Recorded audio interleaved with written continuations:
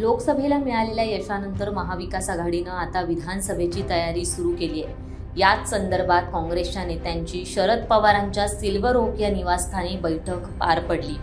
या बैठकीत जागा वाटपाचा मूलभूत आराखडा तयार करण्यात आलाय।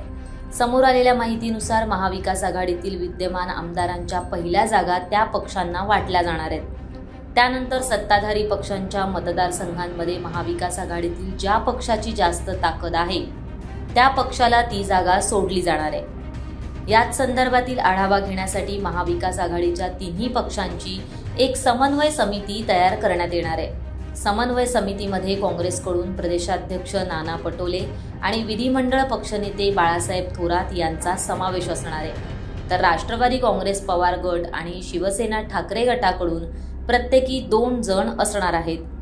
पवारांच्या घरी तयार करण्यात आलेल्या जागा वाटपाच्या सूत्रावर महाविकास आघाडीच्या तिन्ही पक्षांनी सहमती दर्शवलेली आहे। 2019च्या विधानसभा निवडणुकीत शिवसेनेला 56, राष्ट्रवादी काँग्रेसला 54 आणि काँग्रेसला 44 जागा मिळाल्या होत्या।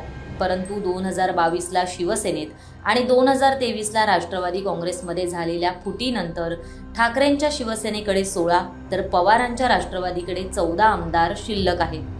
असं असलं तरी ज्या मतदारसंघातून शिवसेना आणि राष्ट्रवादीचे आमदार निवडून आले आणि नंतर सोडून गेले अशा जागांवरही त्याच पक्षाचा दावा असणार आहे।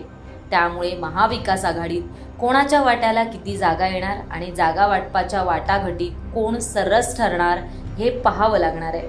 अशाच राजकीय घडामोडी जाणून घेण्यासाठी माय महानगर लाईव्हला सबस्क्राईब करा आणि बेल आयकॉनला प्रेस करायला विसरू नका।